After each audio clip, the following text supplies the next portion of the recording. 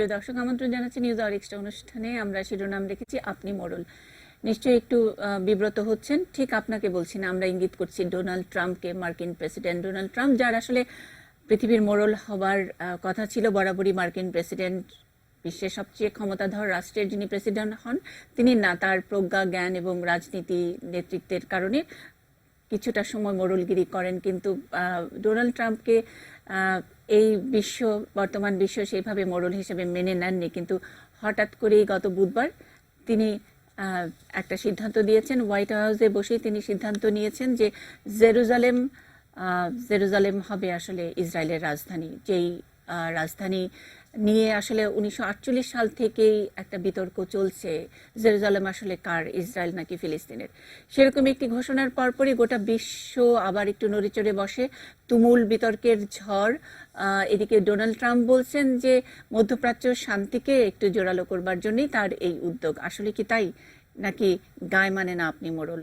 এরকম একটি জায়গা থেকে আমাদের আজকে নিউজ আওয়ার এক্সট্রা আমরা যাদেরকে পেয়েছি আমাদের সঙ্গে, জাহাঙ্গীরনগর বিশ্ববিদ্যালয়ের সহযোগী অধ্যাপক, আন্তর্জাতিক সম্পর্ক বিভাগে তিনি অধ্যাপনা করেন, আন্তর্জাতিক বিশ্লেষক শাহাব এনাম খান। আর এই মুহূর্তে আপাতত আমরা পাচ্ছি অর্পণ মৈত্রকে, যিনি বার্তা সম্পাদক হিসেবে দায়িত্ব পালন করছেন এটি নিউজের আন্তর্জাতিক ডেস্ক, সেটা তিনি দায়িত্বে আছেন। আমরা সেন্টু রায়কেও পাবো কিছুক্ষণের মধ্যে। তিনি তথ্যচিত্র নির্মাণ করেছেন, রাইট টু রিটার্ন নামে একটি খুব চমৎকার তথ্যচিত্র তার রয়েছে প্যালেস্টাইন এবং ইসরায়েলিদের নিয়ে। তিনি কিছুক্ষণের মধ্যে যোগ দেবেন। আর অনুষ্ঠানের যে কোনো পর্যায়ে দুজন এডিটরকে পাচ্ছি, দুজন সম্পাদক, দুজন সাংবাদিককে পাচ্ছি আমরা অনুষ্ঠানের যে কোনো পর্বে। কিন্তু শুরুতেই আগে দেখে আসি সুদেব ঘোষের রিপোর্টটি, যেটি ট্রাম্পের ঘোষণার পরপরই যে অবস্থা হলো গোটা বিশ্বে। ব্রিটেন থেকে তুরস্ক, ভ্যাটিকান থেকে ইরান, জেরুজালেম নিয়ে মার্কিন প্রেসিডেন্ট ডোনাল্ড ট্রাম্পের এই পদক্ষেপে সবাই যেন এক কথায় হতবাক। সৌদি বাদশাহ সালমান বৃহস্পতিবার এ ব্যাপারে টেলিফোনে ট্রাম্পের সঙ্গে কথা বলেছেন বলে জানিয়েছে দেশটির সংবাদ মাধ্যমগুলো। যদিও মার্কিন দূতাবাস স্থানান্তর বা জেরুজালেমকে ইসরায়েলের রাজধানীর স্বীকৃতি দেওয়ার সিদ্ধান্ত সারা বিশ্বের মুসলমানদের উস্কে দেবে বলে মন্তব্য করেছেন সৌদি বাদশাহ। সৌদি বাদশার এ মন্তব্যের প্রতিধ্বনি মিশরের প্রেসিডেন্ট আব্দুল ফাতাহ আল সিসির বক্তব্যে। এতে মধ্যপ্রাচ্যের পরিস্থিতি আরো জটিল আকার ধারণ করবে উল্লেখ করে তিনি বলেন, এ অঞ্চলের শান্তি প্রক্রিয়া একেবারে মুখ থুবড়ে পড়বে।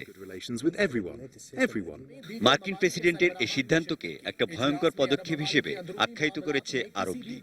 নতুন ইন্তিফাদা বা সহিংস বিক্ষোভের আশঙ্কা প্রকাশ করেছে ইরান।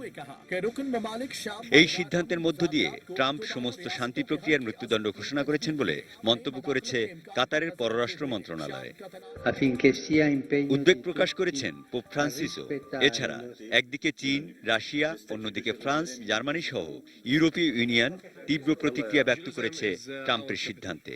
মার্কিন প্রেসিডেন্টের সঙ্গে দ্বিমত পোষণ করে ব্রিটিশ প্রধানমন্ত্রী থেরেসা মে বলেছেন, তেল আবিব থেকে ব্রিটিশ দূতাবাস সরিয়ে নেওয়ার কোনো পরিকল্পনা নেই তার সরকারের। এক কথায় বলতে গেলে এই সিদ্ধান্তের মধ্য দিয়ে গোটা বিশ্বকেই যেন চ্যালেঞ্জ করলেন ডোনাল্ড ট্রাম্প। এই সিদ্ধান্ত বাস্তবায়নে ট্রাম্প প্রশাসনকে কতটা বেগ পেতে হবে তাই এখন দেখার বিষয়। ফখরুল ইসলাম তারা, ডেস্ক রিপোর্ট, এটিএন নিউজ। দেখছিলাম ফখরুল ইসলাম তারার রিপোর্টটি। ট্রাম্প প্রশাসনকে কতখানি বেগ পেতে হবে সেটাই এখন দেখার বিষয়। আসলে বিশ্লেষকরা আবার একটু অন্যভাবে দেখেন। আমরা শাহাব এনাম খানের কাছে একটু জানতে চাই। ধন্যবাদ। এইটা তো খুব একটা জটিল পরিস্থিতিতে বিশ্ব সম্মুখীন হচ্ছে। আমি শুরু করি একটু অন্যভাবে। মানে ট্রাম্পকে আমরা একটু এই মুহূর্তে তো আপনি মোড়ল বললেন, আমি ওকে আলিবাবা হিসেবে দেখি এই কারণে যে সাডেনলি সে এমন একটা স্টেটমেন্ট দিল, সে তার স্টেটমেন্টে বলছে যে আমি এখন নতুন করে একটা পিস প্রসেস শুরু করতে যাচ্ছি। এখন আলিবাবার মতো উনি এসে বললেন যে চিচিং ফাক নতুন একটা সিস্টেম তৈরি করে দেব, সলিউশন হবে, তা তো হবে না। এবং আপনি দেখেন যে বরাবর যে এতদিন আমরা কথাবার্তা বলে আসলাম যে এই জেরুজালেমের মেইন প্রবলেমটা কি, মাউন্ট টেম্পল আপনি বলেন, তারপরে আপনি যদি নিয়ে আসেন যে ওয়াল, স্যাক্রেড ওয়াল, সেইগুলি সবকিছু বাদ দিয়ে উনি বলা শুরু করলেন তার বক্তব্যে যে এই জায়গাটাকে কেন ইসরায়েলের ইসরায়েলের ক্যাপিটাল বানানো দরকার, কারণ নেসেট এই জায়গায় আছে, প্রাইম মিনিস্টারের বাড়ি এই জায়গাতে আছে, প্রেসিডেন্টের বাড়ি এই জায়গাতে আছে, হাবিজাবি সবকিছু এই জায়গায় আছে, দেরফর এটাকে এখন ক্যাপিটাল বানাতে হবে। তার এই বক্তব্যের মধ্যে কোথাও কিন্তু রিলিজিয়াস যে মেইন কোর ইস্যুসগুলি কোথাও নাই। তো সেই কারণে আমরা দেখতে পাচ্ছি যে এই যে সিন্দাবাদ বা আলিবাবা যিনি আসলেন, ইনি কিন্তু বাস্তবতা থেকে অনেকটাই সরে গেছেন, যে কারণে আমরা বলছি যে ফরেন পলিসিতে কিন্তু মার্কিন যুক্তরাষ্ট্রে যে বিশাল একটা টিল্ট আসলো, এটা প্রথমবারের মতো আমরা ক্লিয়ারলি দেখলাম যে ভিজিবল হয়ে গেল। এটা এক নম্বর। দুই নম্বর হলো যে যে কথাটাকে বলা হয় যে আমাদের মাননীয় প্রধানমন্ত্রী, যে আমরা ক্লিপিংটা দেখলাম, ওখানে খুব স্ট্রংলি উনি বলেছেন ইউনাইটেড নেশনসের কথা, আমাদের পজিশনটার কথা উনি ক্লিয়ার করে দিলেন।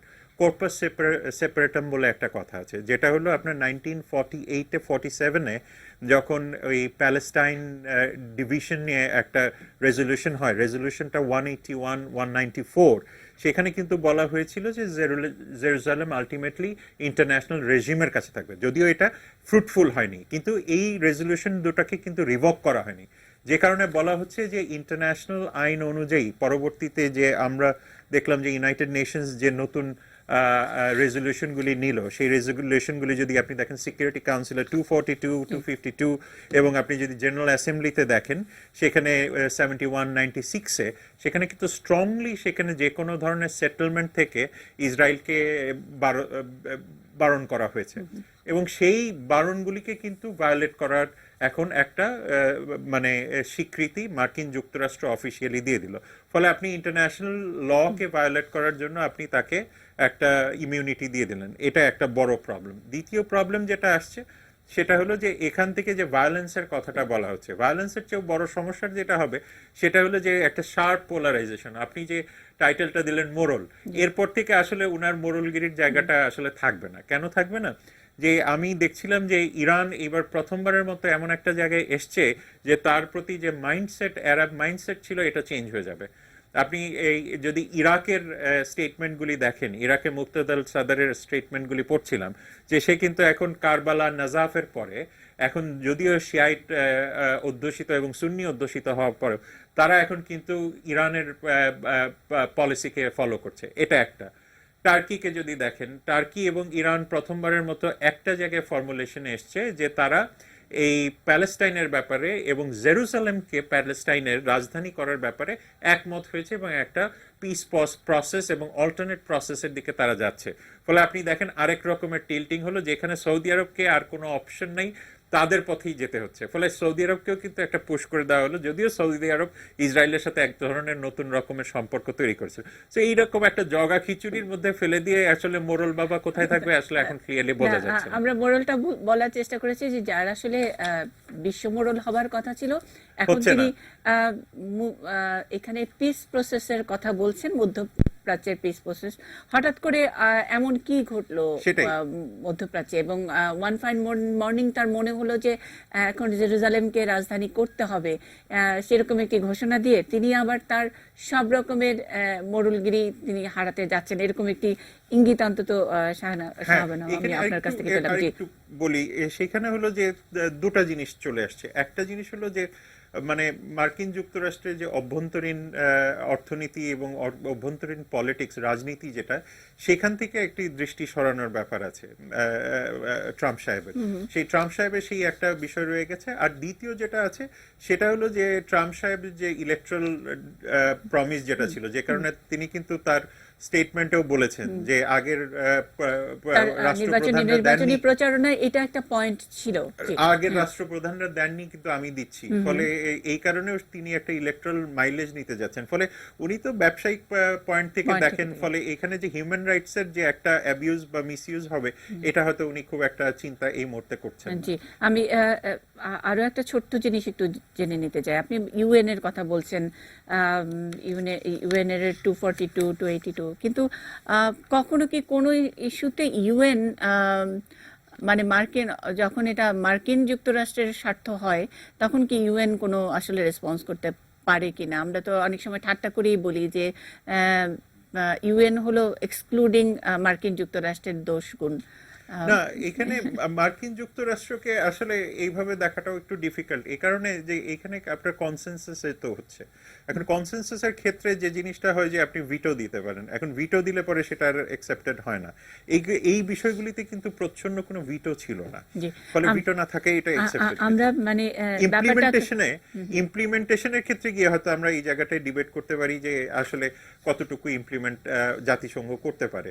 তবে এই ব্যাপারে আমরা যেটা দেখতে পাচ্ছি যে আপনার এটা মার্কিন যুক্তরাষ্ট্র তার ব্যক্তিগত বা তার যে আভ্যন্তরীণ বিষয় সেটাকে কেন্দ্র করে সে বাইপাস করে এগিয়ে যাচ্ছে, ফলে এই ক্ষেত্রে আসলে কোনো রাষ্ট্রই মার্কিন যুক্তরাষ্ট্রের উপরে কোনো প্রেশার তৈরি করতে পারছে না। মানে আমরা ব্যাপারটা যতটা মনে করছি যে সরল রৈখিক, যে ট্রাম্প বলল এবং একটা গোটা বিশ্বে এক ধরনের অস্থিতিশীলতা তৈরি হচ্ছে, একটা আবার আলোচনার কেন্দ্রবিন্দুতে ট্রাম্প যাচ্ছেন, মার্কিন আভ্যন্তরীণ রাজনীতির অনেক ইস্যু তিনি একটু দৃষ্টিটা সরাতে চাচ্ছেন, ব্যাপারটা কি তাই নাকি এখানে ব্যবসাও কোনো একটা বড় ফ্যাক্টর হিসেবে আছে? আর আমরা অনুষ্ঠানের শুরুতে একটু আপনার সাথে যখন কথা বলছিলাম ইঙ্গিত দিয়েছিলেন চায়নার রেসপন্স, আমি শুনবো। তার আগে আমার সহকর্মী অর্পণ মৈত্র অনেকক্ষণ ধরে অপেক্ষা করছেন, অর্পণের কাছে একটু জেনে নিতে চাই। দর্শকরা যারা আজকে এই খবরটি দেখছেন, আমাদের এটি নিউজে দেখেছেন, অন্যান্য গণমাধ্যমেও নিশ্চয়ই দেখেছেন, নিশ্চয়ই আগ্রহ জাগবে যে 48 সাল থেকে কেন এরকম একটি ছোট্ট জায়গা নিয়ে এত বিরোধ। জায়গাটির মাপ যদি আমরা একেবারে ঠিক করে বলি 0.35 স্কয়ার কিলোমিটার, মানে ঠিক নিউ মার্কেট বা শাহবাগ ওই এলাকাটুকু একসাথে জড়ো করলে যতটুকু হয় ওইটুকু জায়গা নিয়ে একটা লম্বা বিরোধ, এবং সেখানে 3টি ধর্মের পীঠস্থান বলা হয়, আল বুরাক দেওয়াল, পবিত্র সমাধি গির্জা এবং হারাম শরীফ, সেটা তো আছেই। অর্পণ আরেকটু কিছু যোগ করবেন কিনা আমাদের দর্শকদের জানার জন্য, আগ্রহের বিষয় এখন জেরুজালেম। যেমনটি বলছিলেন যে 1948 সাল থেকে এই জেরুজালেম নিয়ে সংঘাত চলছে, এবং তখন কিন্তু আরব এবং ইসরায়েলের মধ্যে একটা বড় ধরনের সংঘাত সৃষ্টি হয়, মানে সংঘর্ষ বাধে, এবং তখন জর্ডান মাঝখান থেকে এসে এখান থেকে ইহুদিদেরকে উচ্ছেদ করে, তাড়িয়ে দেয়, এবং তারপর মাত্র 19 বছরের ব্যবধানে আবার ইহুদিরা একত্রিত হয়ে তারা এই এলাকায় আসে এবং দখলদারিত্ব প্রতিষ্ঠা করে, এবং সেই দখলদারিত্বের কারণেই কিন্তু কোণঠাসা হয়ে পড়ে এই এলাকার, মানে যাদেরকে এখন আমরা বলছি ফিলিস্তিনি জনগোষ্ঠী। এবং যে পর্যায়টা দাঁড়ায় সেই এই জেরুজালেমকে কেন্দ্র করেই, জেরুজালেমের যেটা বলছেন যে ওয়েস্টার্ন ওয়াল, যেটাকে ইহুদিরা পবিত্র স্থান বলে গণ্য করে থাকে, সেইখানটাতেই আবার সেই হারেম শরীফ, যেখানটায় ইসলাম ধর্মের ক্ষেত্রে বলা হয়ে থাকে যে মক্কা এবং মদিনার পরে তৃতীয় পবিত্রতম স্থান এই হারেম শরীফ, যেখানে হযরত মুহাম্মদ এটাকে কেবলা করে এখানে নামাজ পড়ার নির্দেশ দিয়েছিলেন। পরবর্তীকালে মক্কা বিজয়ের পরে মক্কার দিকে মুখ করে নামাজ পড়ার বিধান আসে। সেক্ষেত্রে ইসলাম ধর্মের ক্ষেত্রে এই জায়গাটি একটি অত্যন্ত পবিত্র একটি স্থান। এবং সর্বশেষে আরেকটি ব্যাপারে খ্রিস্টানদের ক্ষেত্রে যেটা, যে পবিত্র সমাধি স্থান, এখানে বলা হয় যে চার্চ অফ দ্য হোলি রিপালচার, মানে যেখানে যীশুখ্রিস্টকে ক্রুশবিদ্ধ করা হয়েছিল এবং ক্রুশবিদ্ধ করার পরে এখানে সমাহিত করা হয়েছিল এই চার্চে। এখানে সেক্ষেত্রে খ্রিস্টানদের কাছেও এই জায়গাটি অত্যন্ত পবিত্রতম একটি স্থান। এই জায়গাটিকে কেন্দ্র করেই মূলত 3টি ধর্মের মানুষ একীভূত হয় এবং সংঘাতেও জড়িয়ে পড়ে এই জায়গাটাকে নিজেদের বলে দাবি করে। এটি একটি ব্যাপার। আর ব্যাপারটা হচ্ছে যে 1980 সালে কিন্তু আইন করে জেরুজালেমকে ইসরায়েলের অংশ হিসাবে রাখা হয়, কিন্তু সেই বিষয়টা তখন জাতিসংঘ বা মুসলিম বিশ্ব কিন্তু তখন মানেনি, বরং পূর্ব জেরুজালেমকে অধিকৃত ফিলিস্তিনির অংশ হিসাবে গণ্য করা হয়েছে। এবং পরে বিশ্ব ঐতিহ্যবাহী স্থান হিসেবে যখন মানে ওয়ার্ল্ড হেরিটেজ হিসেবে যখন এই জেরুজালেমকে ঘোষণা করা হয়, তখন তার মানে একটা অবস্থানের স্থায়ী ভিত্তিতে সমাধানের দাবি জানায় ইউনেস্কো। মানে এই জেরুজালেম কার অধীনে হবে, ইসরায়েলের না প্যালেস্টাইনের? প্যালেস্টাইনের বিষয়টি যে তারা কিন্তু প্রথম থেকেই স্বপ্ন দেখে, লিবারেশন অর্গানাইজেশন যখন প্রতিষ্ঠা হয় তারা একটা স্বাধীন রাষ্ট্রের স্বপ্ন দেখে, যে স্বপ্ন তারা এখনও দেখছে, সেই হয়তো ভবিষ্যতে একদিন একটা স্বাধীন ফিলিস্তিনি রাষ্ট্র গঠিত যে হবে। লম্বা লম্বা যে ইতিহাস, তাদের সংগ্রামের ইতিহাস, প্যালেস্টাইনের আমরা নেতাকে জানি, ইয়াসির আরাফাতের তিনি প্রতিষ্ঠা করেছিলেন প্যালেস্টাইন লিবারেশন অর্গানাইজেশন। তার নেতৃত্বেই এখনো পর্যন্ত ফিলিস্তিনিরা সেই তার নেতৃত্বে স্বপ্নটি এখনো দেখে যায় যে একদিন হয়তো ফিলিস্তিনের একটা রাষ্ট্র গঠিত হবে এবং সেই রাষ্ট্রের রাজধানী হবে জেরুজালেম। এবং তারা কিন্তু সেই প্রথম থেকে কিন্তু জেরুজালেমকে তাদের রাজধানী হিসেবে ঠিক করে রেখেছে। কিন্তু আজকে দেখা যাচ্ছে যে জেরুজালেমে আসলে রাজধানী হিসেবে কিন্তু মানে ইসরায়েল এবং প্যালেস্টাইন দুটি দেশই কিন্তু তারা ঠিক করে রেখেছে যে জেরুজালেম হবে। কেউ কিন্তু তাদের পার্মানেন্ট রাজধানী আসলে কি আমরা কি ঠিক করে ওইভাবে বলি তেল আবিব রাজধানী বা ওইভাবে বলা হয় না। জি, এবং জেরুজালেমকে ফিলিস্তিনিরা ঠিক করে রেখেছে যদি তাদের কোনোদিন তারা একটা স্বাধীন রাষ্ট্র গঠন করতে পারে তবে তখন তাদের রাজধানী হবে জেরুজালেম। এটা সেই প্রথম থেকেই তাদের একটা মানে মাস্টার প্ল্যান যখন করা হয় সেই ইয়েতে একটা পরিকল্পনা ছিল এবং এখনও তারা সেটা দেখে। কিন্তু ইসরায়েল আসলে এই এলাকায় তারা কিন্তু মানে এসে এই এলাকা অধিকার করে রেখে মানে দখল করে রেখে ফিলিস্তিনিদেরকে একটা কোণঠাসা অবস্থার মধ্যে রেখেছে। এখন মানে এই দেখছিলাম একটা জায়গাতে লিখেছে যে প্রতিরোধে আগুনে উত্তাল পৃথিবীর বৃহত্তম উন্মুক্ত কারাগার। মানে এই ফিলিস্তিনি ভূখণ্ডটিকে বৃহত্তম উন্মুক্ত কারাগার বলা হচ্ছে কারণ এই জায়গাটার মধ্যে যেমন কয়েকটি শরণার্থী শিবির বলা হচ্ছে শরণার্থী শিবির, কিন্তু এখানে আশ্রয় কেন্দ্র যেখানে যেমন খান ইউনিস নামে একটি শরণার্থী শিবির আছে যেখানে মানে খুবই মানবেতর জীবনযাপন করে দিনের পর দিন।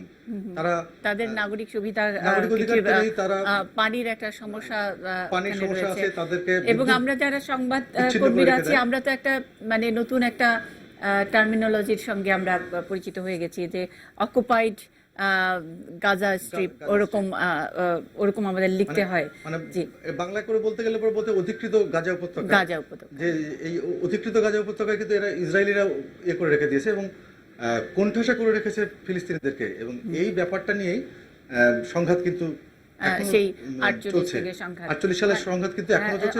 আমি আপনার কাছে আরো আসবো, শুধু কি আসলে এই তাদের একই একটা ছোট্ট জায়গার মধ্যে তিনটি ধর্মের পবিত্র স্থান, এটাই কি আসলে সংঘাতের কেন্দ্রবিন্দু, নাকি এখানে এটার পেছনে বড় একটা বাণিজ্য আছে? ছোট ছোট দুটি দেশের কথা আমরা বলছি। ইসরায়েল জনসংখ্যা 87,82,720, সেটা 2017 সালের সর্বশেষ হিসেব অনুযায়ী। আয়তন 8,019 থেকে 8,522 বর্গ মাইলের মধ্যে। জেরুজালেমের জনসংখ্যা হলো 21,36,552 আর 21 লক্ষ প্রায় জনসংখ্যা। এরকম একটি ছোট্ট দেশ কিন্তু একেবারে মধ্যপ্রাচ্যের শান্তি অশান্তি নিয়ে তারা বড় একটা ফ্যাক্টর হয়ে দাঁড়াচ্ছে। আসলে কি পবিত্র স্থানের নিয়ে লড়াই, নাকি অন্য কোনো আধিপত্য আছে? আমাদের সঙ্গে শাহাবানাম খান আছেন, তার কাছ থেকে নানান রকমের বিশ্লেষণ আমরা শুনবো, তিনিও তৈরি আছেন। দর্শক, একটা ছোট্ট বিরতি নিয়ে আসছি।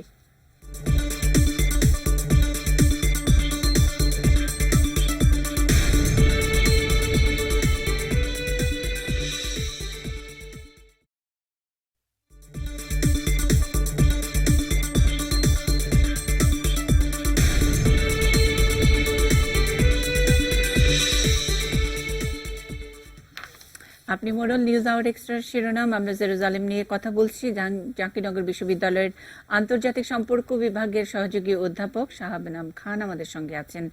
আমরা এটি নিউজের বার্তা সম্পাদক অর্পণ মৈত্রর কথাও শুনছিলাম। ইতিমধ্যে আমাদের সঙ্গে দুজন সম্পাদক এসে যুক্ত হয়েছেন আমাদের ডিঙ্ক স্টুডিওতে, মঞ্জুরুল হাসান বুলবুল এবং নিউজ টুডের সম্পাদক রিয়াজউদ্দিন আহমেদ। আমরা তাদের কাছ থেকেও এই আন্তর্জাতিক এই বিষয়টি নিয়ে কথা শুনবো। তার আগে, বিরতিতে যাবার আগে শাহাবানাম খান, আমি আপনার কাছে একটু জানতে চেয়েছিলাম যে চায়নার রিয়াকশন। হঠাৎ করে আমি আপনার কাছ থেকে এই তথ্যটি পেয়ে একটু চমৎকৃত হই যে সঙ্গে সঙ্গে হোয়াইট হাউসে যখন নাকি ট্রাম্প এরকম একটি ঘোষণা দিলেন, প্রথম রিয়াকশনটি চায়না দিয়েছে। আমরা তো জানি যে বরাবরই চায়না এসব ব্যাপারে রাজনৈতিক এসব সিদ্ধান্তের ব্যাপারে একটু শেকি, কিন্তু হঠাৎ করে চায়নার এই আগ বাড়িয়ে যাওয়াটার মধ্যে কি অন্য কোনো রাজনীতি আছে? না, প্রথম রিয়াকশন না, মানে রিয়াকশনটা দিয়েছে। রিয়াকশনটার মধ্যে একটা যেটা ছিল যে তারা একটা পিসফুল মানে সেটেলমেন্ট দেখতে চাচ্ছে, এবং এই সেটেলমেন্টটা আলটিমেটলি মানে তারা দেখছে যে মিডল ইস্টকে একটা ভোলাটাইল সিচুয়েশনের দিকে নিয়ে যাবে।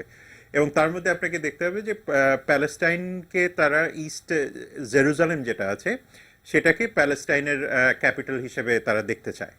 তো সেই কারণে আপনি দেখবেন যে এখানে তাদের একটা ক্লিয়ার অবস্থান তৈরি হয়েছে, এবং এটা তারা কিন্তু ইনফ্যাক্ট 2016 সালেও বলেছিল, এখনো তারা এটাকে রিটারেট করেছে। ফলে তাদের একটা ক্লিয়ার পজিশন এখন চলে আসলো যে তারা এই মুহূর্তে মানে যখন ট্রাম্প সাহেব বলছেন যে জেরুসালেম ইসরায়েলের ক্যাপিটাল হবে, সেই ক্ষেত্রে এইখানে মানে চায়নারও একটা ক্লিয়ার প্রচ্ছন্ন উপস্থিতিও আমরা টের পেলাম যে ঠিক আছে, সেটা আসলে বাকি আরব রাষ্ট্রগুলির সাথে অ্যাট পার, এবং সেটা শুধুমাত্র আরব রাষ্ট্রগুলির সাথে না। আপনার প্রথম মানে নিউজের প্রথমে যে আমরা তথ্যগুলি দেখলাম, সেটাতে আপনি যদি জার্মান চ্যান্সেলরের দেখেন, তেরেসা মে দেখেন, প্রত্যেকের সাথেই এটা কিন্তু অ্যাট পার। ফলে আপনি দেখেন যে মানে এখানে একটা ভারসাম্যের দিকে কিন্তু চায়না চলে এসছে। তো এটাই সবচাইতে ইন্টারেস্টিং ফাইন্ডিং এই মুহূর্তে। এবং আপনি এখানে যদি দেখেন, এই যে যেটা আমি প্রথমে বললাম যে ইরানের অবস্থানটাও, মানে এই প্রথমবারের মতো ইরানও একটা খুব স্ট্রং ফুটিং এ চলে গেছে, যেখানে আপনি দেখছেন যে ইরাক থেকে শুরু করে প্রত্যেকেই এখন এটাকে অ্যাপ্রিসিয়েট করছে। আর যেটা বলছিলাম যে সেই জায়গাটায় যে এই পার্টিকুলার কনফ্লিক্টের রুট কজটা কোথায়, রুট কজটা আসলে কিন্তু এখন না, এটা অটোমান এম্পায়ারের সময় থেকে। আপনি যদি if you take 19th century 20th century, এবং এই প্রথম ঘটনাটা ঘটে কিন্তু 1882-তে, প্রথম আরব একজন মারা যায় একটা অ্যাক্সিডেন্টাল গুলির কারণে একজন জিউসের কাছ থেকে। এখানে জিওনিস্ট মুভমেন্ট, সেখান থেকেই কিন্তু এই Ottoman empire, post Ottoman empire, এবং সেখানে যখন আপনার হলোকস্ট হলো, হলোকস্টের পরে জিউস রিসেটেলমেন্ট। ফলে এইখানে যে আমাদের যে অ্যাব্রাহামিক রিলিজিয়ন আছে, এই অ্যাব্রাহামিক রিলিজিয়নের যে মানে আমরা যেটাকে বলি একটা মানে ফোর প্লেস, সেই জায়গাটাতে আপনার যখন ব্রিটিশরা রিহ্যাবিলিটেশনের জন্য ইনিশিয়েটিভস গুলি নিল, ফলে এখানে আপনার একটা গ্লোবাল পলিটিক্সও কিন্তু ছিল। শুধুমাত্র যে এখানে অ্যাব্রাহামিক রিলিজিয়ন বা মনোথিস্টিক রিলিজিয়নের প্রভাব, সেটাকে বলা যাবে না। তবে আমরা যদি অর্থনৈতিক দিক থেকেও যদি এটাকে চিন্তা করি, এখানে যখনই আপনি জিও স্ট্র্যাটেজিক বা জিও পলিটিক্স আনবেন, অবভিয়াসলি এটার সাথে একটু তো মানে গ্লোবাল সম্প্রদায়ের একটা ইকোনমি মানে থাকে। আমরা আসলে ট্রাম্পের যে কোনো পদক্ষেপই ট্রাম্প নিক না কেন, তার পেছনে আমরা আসলে বাণিজ্য খুঁজতে চাই, যে একজন পুরোপুরি একজন ব্যবসায়ী, তিনি এখানে কোনো ব্যবসায়িক ক্লাব, এবং খুব সাদামাটাভাবে অনেকেই যারা বোঝেন তারা মনে করেন এই তো অস্ত্র ব্যবসা। আর ইসরায়েলের ব্যাপারে এক ধরনের ধোয়া ধোয়া মানে ধারণা মানুষের আছে, ধোয়া ধারণা, মানে যে খুব ছোট একটা দেশ কিন্তু এত প্রভাবশালী কিভাবে। খোদ মার্কিন যুক্তরাষ্ট্রের নানান সিদ্ধান্তের উপরেই ইসরায়েল একটা ছড়ি ঘোরানোর মতো একটা ক্ষমতা রাখে, কিভাবে সম্ভব? এগুলো সম্পূর্ণ অর্থনৈতিক। এই কারণে যে ইসরায়েলি ইকোনমি যেটা, অর্থাৎ আপনার ইসরায়েলের যে একটা জার্নিস্ট ইকোনমি যেটা তৈরি হয়েছে, এবং আপনি মার্কিন যুক্তরাষ্ট্রে তাদের যে ইকোনমি থেকে সবচেয়ে বড় কথা তাদের যে ইন্টেলেকচুয়াল রিসোর্স, আমরা যে জিনিসটাকে খুব একটা আমলে নেই না, ইন্টেলেকচুয়াল রিসোর্সটা আমার মনে হয় যে এটার পরিমাণটা অত্যন্ত গভীর। মানে আসলে ছোট্ট একটা দেশের বাসিন্দা হয়েও গোটা বিশ্বে, বিশেষ করে মার্কিন যুক্তরাষ্ট্রের সবচেয়ে কি পয়েন্টে সিদ্ধান্ত নেবার ক্ষমতা রাখেন এমন সব মানুষগুলো ইসরায়েলি বংশোদ্ভূত, এবং ইন্টেলেকচুয়াল রিসোর্স বলতে যেটা বোঝাচ্ছেন বোধহয় সেটাই নিশ্চয়ই বুঝবো। শাহবানম খান, কি বলেন? একটা ছোট্ট হিস্টোরিক্যালি বলি, যদি আপনি ব্রিটিশ এম্পায়ারকে নেন, ছোট্ট একটা দ্বীপ যেটার সূর্য অস্ত যেত না, আবার আপনি যদি পর্তুগিজদেরও নেন, খুব ছোট একটা রাষ্ট্র বা পৃথিবীকে শাসন করে গেছে, স্পেনকে যদি নেন, পৃথিবীকে শাসন করে গেছে। সুতরাং এইভাবেই দেখতে হবে আসলে বিষয়টা। একটা ছোট বিরতির পরে শুনবো। আমাদের সঙ্গে দুজন সিনিয়র সাংবাদিক আছেন, এবং আমার সহকর্মী অর্পণ মৈত্রও আছেন। শাহবানম খান তো কথা বলছিলেনই। একটা ছোট্ট বিরতি।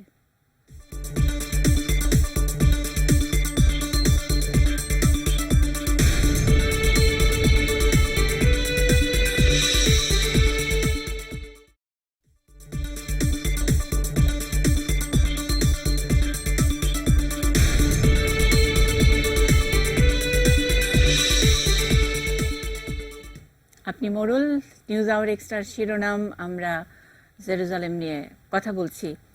দুই সিনিয়র সাংবাদিক আছেন, আমরা নিউজ টুডের সম্পাদক রিয়াজউদ্দিন আহমেদ। একটু আপনার কাছ থেকে একটু জানতে চাই চায়না ভার্সামের কথা যেটা বলছিলেন শাহাব এনাম খান। এই জায়গায় চায়নার যে ঠিক ইন্টারভিন না, তিনি চায়না একটু রেসপন্স করেছে এবং একটা ভারসাম্যের অবস্থানে আছেন। আমি একটু আপনার মূল্যায়নটা শুনতে চাই। না, চায়না কি বলছে আমি আসলে দেখিও নাই। তো আমি যেটা বুঝি যে এই সিচুয়েশনে চায়না যেটা বলছে, এবার চাইনিজ কমিউনিস্ট পার্টির কংগ্রেসে যে China will be playing the super power role, যেটা তারা এতদিন একটু গোটায় গাটায় রাখছিল, এখন একটু ওপেন হচ্ছে আস্তে আস্তে। এবং এটা আমার মনে হয় যে একটা নতুন করে কোল্ড ওয়ারের একটা আভাস পাওয়া যায়। যেমন আমাদের মিয়ানমার রোহিঙ্গাদের নিয়ে একটা বড়দের খেলা হচ্ছে এখানে, আপনার প্যালেস্টাইনের এই ব্যাপারটা নিয়ে, ইসরায়েলের ব্যাপারটা নিয়ে।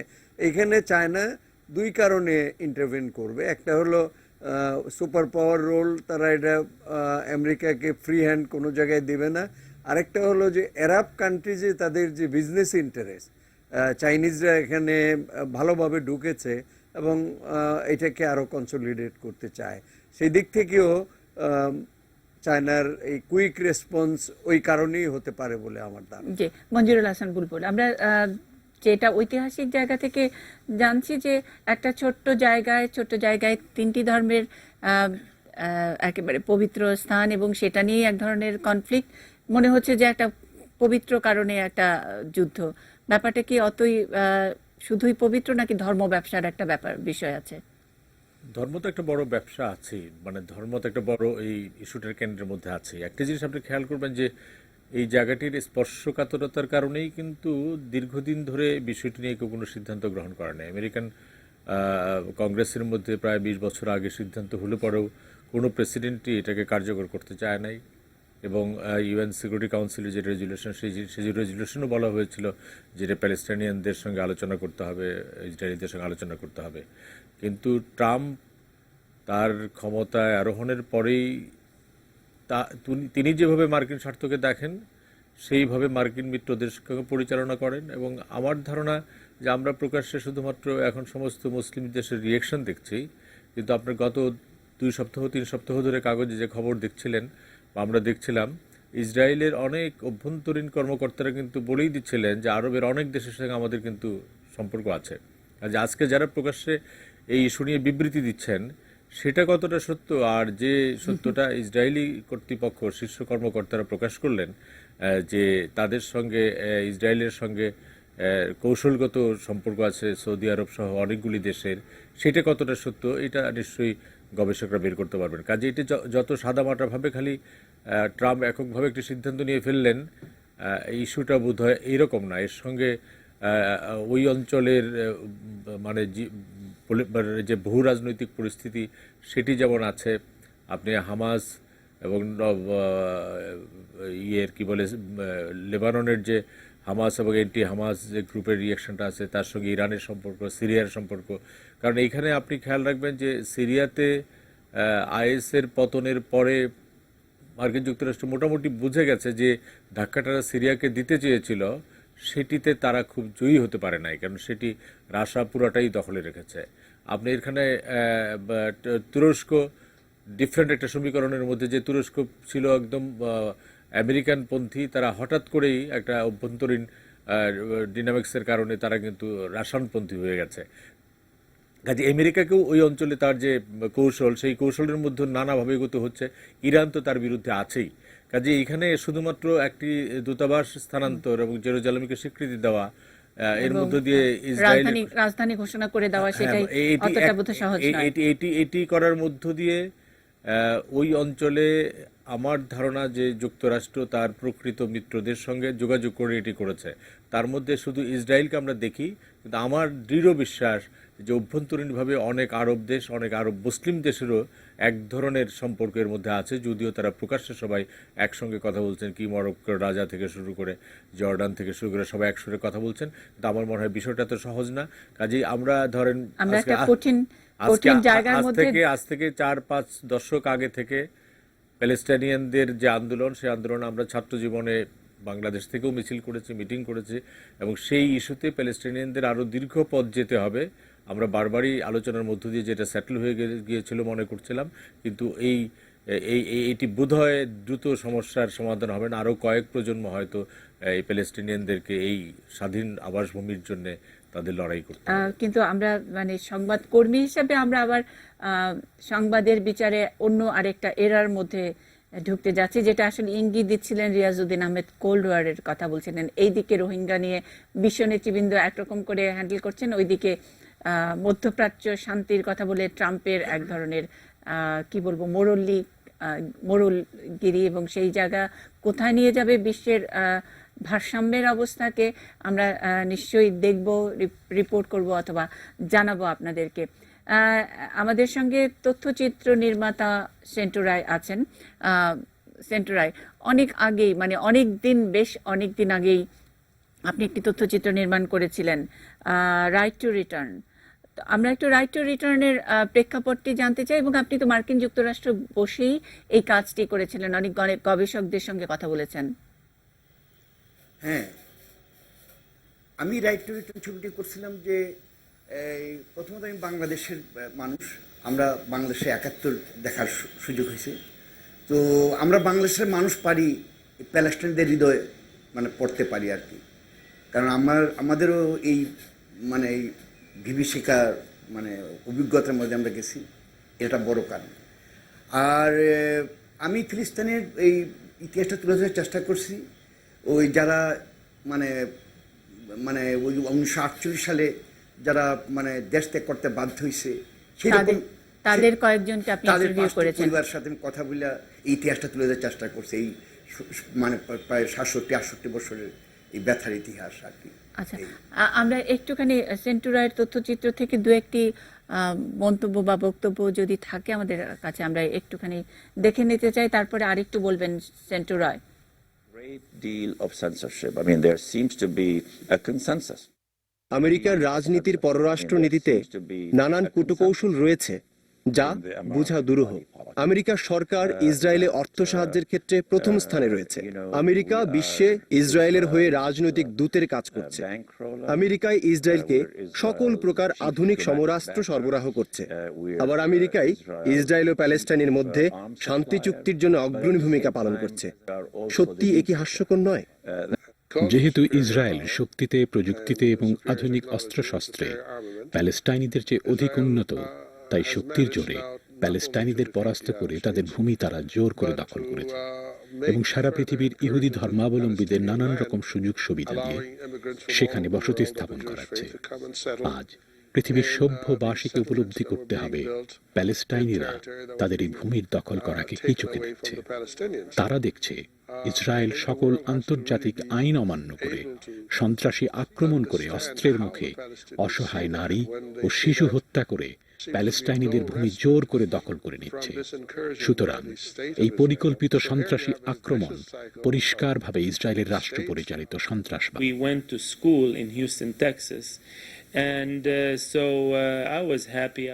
আমি টেক্সাসের হিউস্টন শহরের একটি স্কুলে যেতাম। আমার সহপাঠীরা আমায় জিজ্ঞেস করতো, এই তোমার দেশ কোথায়? আমি বলতাম প্যালেস্টাইন। তারা আমাকে পুনরায় জিজ্ঞাসা করতো, কি বললে, পাকিস্তান? আমি বলতাম যে না না না, প্যালেস্টাইন। তারা বুঝতো না, তারা বলতো পাকিস্তান। তারা আবার জিজ্ঞেস করতো, এইটা কি কমিউনিস্ট দেশ? কেননা এই 60-এর দশকে কমিউনিস্ট সম্পর্কে তাদের ভয় ও ঘৃণা ছিল। আমি বলতাম না না না, এ কোনো কমিউনিস্ট দেশ নয়, দখল হয়ে যাওয়া এক দেশ।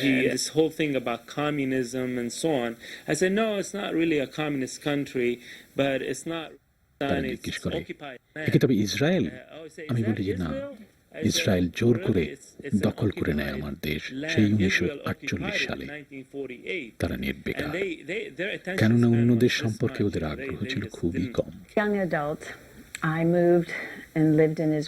আমি যখন একেবারেই যুবতী ছিলাম, 1 বছরের জন্য আমাকে ইসরায়েল যেতে হয়েছিল। সেই সময় আমার সুযোগ হয়েছিল কিছুদিনের জন্য মিলিটারি ক্যাম্পে থাকার। ইসরায়েল মিলিটারি দ্বারা নিয়ন্ত্রিত সমাজ পরিচালনা করে। সেই অবস্থায় মানুষের নিজ মত প্রকাশের স্বাধীনতা, তার নিজের মতো করে চলাফেরার অধিকার কিছুই থাকে না, কেননা নাগরিক অধিকারের আইন দ্বারা নিয়ন্ত্রিত সমাজ নয়।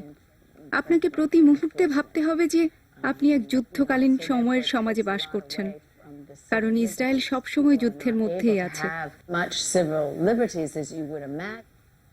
ইসরায়েল সবসময় যুদ্ধের মধ্যে আছে।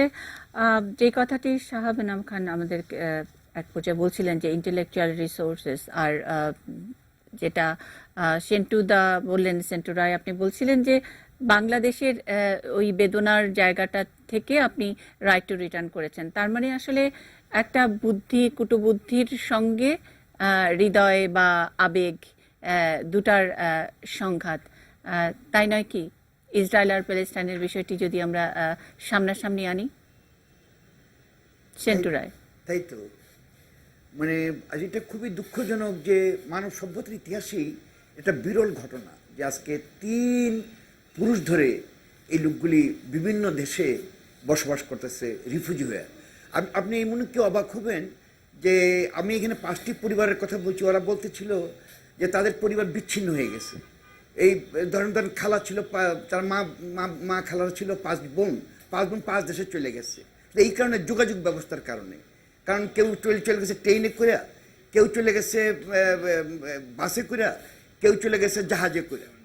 এইরকম 5 জন 5 জায়গাতে চলে গেছে। সবচেয়ে দুঃখের কথা হলেই তারা সেইখানে গিয়া তারা নিজেরা ওই অন্য ভাষা, যেমন ধরুন বোম্বে তো আছে যারা ফল বিক্রি করে প্যালেস্টাইনিরা, তারা হিন্দিতে কথা বলে, তারা জানে না তাদের পূর্বপুরুষ একসময় আরব ভাষায় কথা বলতো।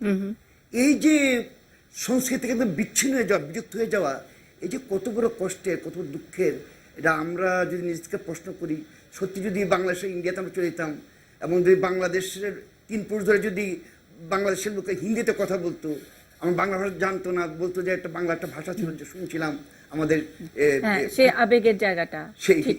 আমি সেটাই বলছিলাম যে একটা বুদ্ধি কুটবুদ্ধি এবং তার সঙ্গে আবেগের একটা দ্বন্দ্ব, এবং ইসরায়েল এবং প্যালেস্টাইনের যেই দীর্ঘদিনের যেই দ্বন্দ্ব, সেই জায়গায় যেখানে ইন্টেলেকচুয়াল রিসোর্সেসের কথা বলছিলেন শাহাব এনাম খান, গোটা আমেরিকাই বোধহয় তারা নানাভাবে নিয়ন্ত্রণ করছে। সেই জায়গায় আসলে লড়াইটা কিভাবে চলবে বা হবে, কিভাবেই বা প্যালেস্টাইনিরা তাদের জায়গা ফেরত পাবে। আমরা একটু আমাদের আলোচকদের কাছ থেকে একটু একটু করে শুনে নিতে চাই। অর্পণ মৈত্র, কোনো কি আপডেট জানাবেন কিনা? অর্পণ মৈত্র, সংঘর্ষ ছড়িয়ে পড়ার কোনো, যেটা শুনলাম আমাদের সংবাদ শিরোনামে বা সংবাদে, যে ফিলিস্তিনি এবং ইসরায়েলি সেনাদের মধ্যে, ফিলিস্তিনি বিক্ষোভকারী এবং ইসরায়েলি সেনাদের মধ্যে সংঘর্ষ ছড়িয়ে পড়েছে। এখনো কিন্তু সেটা রাবার বুলেট পর্যায়ে আছে, কিন্তু এরপরে যে কি ঘটনা ঘটবে সেটা কিন্তু আমরা কিন্তু অতীতের ইতিহাস থেকে দেখতেই পাই যে নির্বিচারে গুলিবর্ষণ করতে পারে ইসরায়েলি সেনারা, এবং সেনা মোতায়েন করা হয়েছে অনেক বেশি। ইনএভিটেবল ছিল, এতক্ষণ আমরা আলাপ আলোচনা করলাম। আরেকটা যেটা হলো যে দেখেন, মিডল ইস্টে ইসরায়েলের সাথে সম্পর্ক বাকি রাষ্ট্রগুলির, যেগুলি আরব রাষ্ট্রগুলির আছে, 2 রকমের সম্পর্ক হতে পারে। একটা হলো ট্যাসিট আর একটা হলো প্র্যাকটিক্যাল। এখন প্র্যাকটিক্যালি তো আমরা দেখলাম যে সবাই কন্ডেম করেছে। ট্যাসিট লেভেলে যে সম্পর্কগুলি ছিল ওগুলি আসলেও ট্যাসিট ছিল, যেটা কিছু ক্ষেত্রে আমরা জর্ডানের সাথে কিছুটা দেখেছিলাম যে ইমপ্রুভ হচ্ছিল, কিছুটা হচ্ছিল ইজিপ্টের সাথে, কিছুটা হচ্ছিল সৌদি আরবের সাথে, কিন্তু সেটা এতটাই মাইনিউট লেভেলে ছিল যে খুব ফ্র্যাজাইল ছিল, এবং সেইটাকে কেন্দ্র করে আসলে ভবিষ্যতে আর সম্পর্কগুলি আগাবে না। ফলে আমরা দেখবো যে এই জায়গায় এই ঘটনাগুলি থাকবে না, ফলে আমরা আলটিমেটলি খুব ভলাটাইল সিচুয়েশনটা দেখবো। এবং মানে আমরা যদি একটু বাংলাদেশের জায়গাটা, খুব বেশি সময় নাই বাংলাদেশের জায়গাটা, মানে একটা হলো মুসলিম উম্মা, মানে মুসলিম বিশ্ব, আরেকদিকে মার্কিন যুক্তরাষ্ট্র সেই জায়গায়, আর অন্যদিকে রিয়াজউদ্দিন আহমেদ একটা ইঙ্গিত দিয়েছেন যে একদিকে রোহিঙ্গা ইস্যু, আরেকদিকে আবারও ইসরায়েল প্যালেস্টাইন, মাঝখানে জেরুজালেমকে কেন্দ্র করে মার্কিনের পক্ষে। আমাদের সঙ্গে তো আসলে ইসরায়েলের সেই কূটনৈতিক সম্পর্কটাও নেই, কিন্তু ব্যবসায়িক কিছু কিছু তলে তলে সম্পর্ক আছে, যেটা আসলে স্বীকারও করতে পারি না অনেক সময়, যেটা জানি আমরা। শাহবানাম, কিন্তু আমাদের যেটা হয় যে যেহেতু মুসলিম উম্মাহ, যেটা আমাদের মাননীয় প্রধানমন্ত্রী সরাসরি আজকে বলে দিলেন, যে দেখেন এই হিউম্যানিটেরিয়ান গ্রাউন্ডগুলি আমরা দেখছি, তাছাড়া আমাদের যে একটা সম্পর্ক আছে আরব বিশ্বের সাথে বা মুসলিম রাষ্ট্রগুলির সাথে, সেটাকে অস্বীকার করা যাবে না। ফলে এটার একটা ইমপ্লিকেশন বাংলাদেশের উপরে খুব সরাসরি প্রচ্ছন্নভাবে না থাকলেও একটা ট্যাসিটভাবে থাকবে, এবং সেটা আমার মনে হয় যে এতটাই ভায়োলেন্ট লেভেলে কোনো অবস্থাতে যাবে না। ফলে আমাদের এখানে একটু ভিজিলেন্ট থাকা দরকার, যাতে এটা কোনো রকমের মানে ইনসাইট লেভেলে না যায়, এবং আমি মনে করি না এটা কোনো অবস্থাতে যাবে, 1 নম্বর। 2 নম্বর হলো যে আমাদের দেশের যেটা আজকে এই রোহিঙ্গা ইস্যুটা বলেন, বা আমাদের যে এই যে একটা বহির্বিশ্বে এখন আমাদের যে একটা নিজস্ব সমস্যাগুলি আছে, সেই সমস্যাগুলিও মনে হয় যে এই ট্রাম্প থাকাকালীন সময়, কিন্তু আপনি যদি একটু পজিটিভ দিক থেকে দেখেন, আজকে কিন্তু হাউস অফ রিপ্রেজেন্টেটিভ বাংলাদেশের পক্ষে অর্থাৎ মায়ানমারের বিরুদ্ধে কিন্তু স্ট্রং মেসেজিং করেছে। ফলে এটাও কিন্তু আমাদেরকে দেখতে হবে। ফলে বাংলাদেশের কিন্তু কূটনৈতিক সম্পর্কের ক্ষেত্রে মানে খুব ইমোশনাল মানে একটা স্টেটমেন্ট দিলে কিন্তু হবে না। ফলে আমাদেরকে ব্যালেন্সিং একটা ফরেন রিলেশনসে যেতে হবে। আসলে বাংলাদেশের কূটনৈতিক সম্পর্কটা অনেক অনেক বেশি চ্যালেঞ্জিং ফলে হয়ে যাচ্ছে। আমাদেরকে শুধুমাত্র একদিকে যদি রোহিঙ্গা ইস্যুটা রাখি এবং তারপরে বিশ্ব সাপোর্ট, ওয়ার্ল্ড সাপোর্টের এই সাপোর্ট, জায়গাটা এবং থাকতে তারপরে হবে। আবারও সেই মুসলিম ইত্যাদি নানান ইস্যুতে সোচ্চার হওয়া না হওয়া। সেই কারণে মহাত্মা গান্ধীর একটা লাস্ট কোট দিয়ে আমি শেষ করি, যেটা মানে আমরা মাঝে মাঝে বলি, Palestine belongs to the Arabs in the same sense the England belongs to the English. So এখানে সে বলছে, surely it would be a crime against humanity to reduce the proud Arabs so that Palestine can be restored to the Jews partly or wholly as their national home. ফলে আমাদের এই principal মানে সেই মহাত্মা গান্ধী সেই তখন দেখে গেছেন। বলে আমাদেরকে এখন এমন একটা সময় এসছে যে বাংলাদেশের এখন কিন্তু ফরেন পলিসিতে বা আন্তর্জাতিক সম্পর্কে আগের মতো অবস্থান নেই। আমরা কিন্তু এখন একটা অত্যন্ত স্ট্রং রাষ্ট্র হিসেবে এসেছি। ফলে আমাদের এই জায়গাটায় প্যালেস্টাইনেও যেমন আমাদের একটা ভূমিকা আছে, রোহিঙ্গা বিষয়েও আমাদের একটা ভূমিকা আছে। ফলে আমাদের এখন একটু কেয়ারফুলি আমাদের ইন্টারন্যাশনাল রিলেশনসটা চুলের উপর দিয়ে হাঁটার মতো একটা অবস্থা। শেষ মন্তব্য আমি দুজন এডিটরের কাছ থেকে একটু শুনে আসতে চাই, মঞ্জুরুল হাসান বুলবুল এবং রিয়াজউদ্দিন আহমেদ। আমি মঞ্জুরুল হাসান বুলবুলের কাছ থেকে একটু জেনে নিতে চাই। আপনি বলছিলেন যে এর মধ্যে কোনো অর্থনীতি আছে কিনা, আমি একটু দেখছিলাম, সেখানে হিসেবটা দেখলাম যে 2000 সনে চীনের সঙ্গে ইসরায়েলের বাণিজ্যের মাত্রা ছিল $1.1 বিলিয়ন, আর 2015 সালে এটা হচ্ছে $11.4 বিলিয়ন। এটা হলো একটা। 2 নম্বর হচ্ছে যে চীনের সঙ্গে ইসরায়েলের ডিপ্লোম্যাটিক রিলেশনশিপ, ডিপ্লোম্যাটিক কূটনৈতিক সম্পর্ক স্থাপন হয় 1992-তে, কিন্তু 1979 থেকেই একটা অস্ত্রের ব্যবসা চলে চীনের সঙ্গে। আবার চীন অন্য দিক থেকে 1967-এ যে প্যালেস্টাইনিয়ান বর্ডার, সেই বর্ডারকে স্বীকৃতি দিয়ে প্যালেস্টাইন রাষ্ট্রের সমাধান চায়। তো চীন যেমন রোহিঙ্গা ইস্যুতে একদিকে আমাদেরকে বলছে যে এটা দ্বিপক্ষীয় আলোচনা শেষ করো, আবার মেজরিটি সাপোর্ট দিচ্ছে মিয়ানমারকে। জাতিসংঘে যখন প্রস্তাব ওঠে তখন তারা বাধা দেয় না, কিন্তু যখন সর্বসম্মত প্রস্তাব হয় তখন সেখানে ভোট দেয় না, বিরত থাকে, বন্ধুদেরকে নিয়ে বাইরে থাকে। চীন কিন্তু এই ক্ষেত্রেও তার অবস্থানটা এইরকম ঘটনা ঘটবে বলে আমার ধারণা। কারণ তার $1.1 বিলিয়ন থেকে যদি $11.4 বিলিয়ন ব্যবসা থাকে তার, এবং সেই ব্যবসা এক্সপানশনের আরো সুযোগ থাকে, তাহলে এটা হচ্ছে ব্যবসা, যেটা আপনি একটু বলছিলেন যে অর্থনীতি। আরেকটা হচ্ছে একটা কমিটমেন্ট যে প্যালেস্টাইনিয়ানদের স্বাধীনতা জায়গাতে থাকবে। কাজে চীন মানে চীনের অবস্থানটা আমরা বাংলাদেশের সঙ্গে মিয়ানমারের সম্পর্ক এবং চীনের সঙ্গে আমাদের এই জায়গায় চীনের গেমটা যেটা, সেই গেমটার মধ্যে বুঝতে পারি।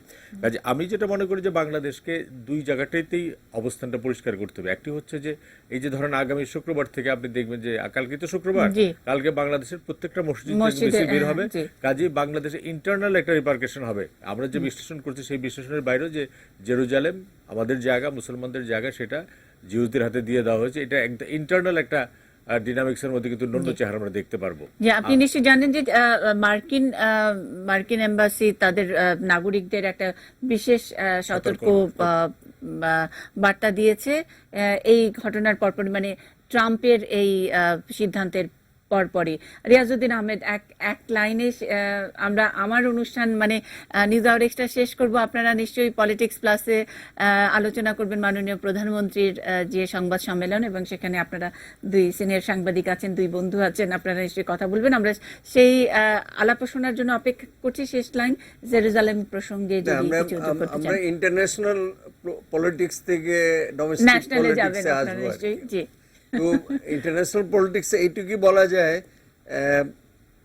যে জেরুজালেমের এই ঘটনাটা এমন সময় ঘটেছে, ট্রাম্প সাহেব এমন সময় সিদ্ধান্তটা নিয়েছে যখন আরব বিশ্ব সম্পূর্ণ মানে অনৈক্যের মধ্যে দিয়ে হাঁটছে। এখানে জিসিসি ভাগ হয়ে গেছে, যেটা গালফ কোঅপারেশন কাউন্সিল। এটা 6টা কান্ট্রি ছিল এখানে, ওখান থেকে সৌদি আরব এবং ইউএই বেরিয়ে এসছে। কাতারের সাথে জিসিসির গোলমাল চলছে, ইরানের সাথে সৌদি আরব এবং আরবদের গোলমাল চলছে। এই সময়ে ট্রাম্প সাহেব এই সিদ্ধান্তটা নিয়েছে এবং হিসাব কিতাব করেই নিয়েছে। এবং যেটা বলছিলেন যে ভিতরে ভিতরে ইসরায়েলের এই ঘটনায় মার্কিন যুক্তরাষ্ট্র অনেক আরব কান্ট্রির সাথে কথা বলেছে এবং তাদের টেসিট অ্যাপ্রুভালও আছে। বলবে না, ওপেনলি বলবে। অনেক ধন্যবাদ রিয়াজউদ্দিন আহমেদ। আমি একটু বাড়তি পাওনা পেলাম আমরা দুই সিনিয়র এডিটরের কাছ থেকে। জেরুজালেম প্রসঙ্গ নিয়েও একটু শুনে নিলাম। অনেক কৃতজ্ঞতা শাহাব এনাম খান, কৃতজ্ঞতা সেন্টু রায় এবং অর্পণ মৈত্র, আপনারা এই অনুষ্ঠানে সময় দিয়েছেন। নিউজ আওয়ার এক্সট্রা শেষ করছি। আমার সহকর্মী প্রভাস আমিন বসে আছেন পলিটিক্স প্লাস নিয়ে, এবং আমরা ইতিমধ্যে জেনেছি যে প্রধানমন্ত্রীর সংবাদ সম্মেলন নিয়েই আজকে কথা হবে পলিটিক্স প্লাসে। রিয়াজউদ্দিন আহমেদ এবং মঞ্জুরুল হাসান বুলবুল অতিথি হিসেবে আছেন। নিউজ আওয়ার এক্সট্রায় এখানেই শেষ করছি। প্রভাস আমিনের কাছে যাচ্ছি। জি মুন্নি, আপনাকে ধন্যবাদ। আপনি জানেন যে আজকে বিকেলে মাননীয় প্রধানমন্ত্রীর যে সংবাদ সম্মেলন অনেকদিন পরে হয়েছে, কারণ মাঝখানে একটি সংবাদ সম্মেলন আসলে আমরা পাইনি, কারণ জাতিসংঘ থেকে ফেরার পরে উনি কিছুটা অসুস্থ ছিলেন। কম্বোডিয়া থেকে ফেরার পর তাই দ্রুততম সময়ে সংবাদ সম্মেলন এটা খুবই ইন্টারেস্টিং হয়। আমরা দেখি যে সবসময় প্রধানমন্ত্রীর সংবাদ সম্মেলন লাইভ কভার করে সবগুলো টিভি, প্রশ্নোত্তরে রাগ, ক্ষোভ, অভিমান, পাল্টা কথা, প্রশ্ন, অনেক মজার একটা ইন্টারেস্টিং ব্যাপার হয়। তাতে অনেক রাজনীতির অনেকগুলো কথা উঠে এসেছে, সেগুলো নিয়ে আমরা আজকে কথা বলবো। ছোট্ট একটা বিরতি নিয়ে ফিরে আসছি।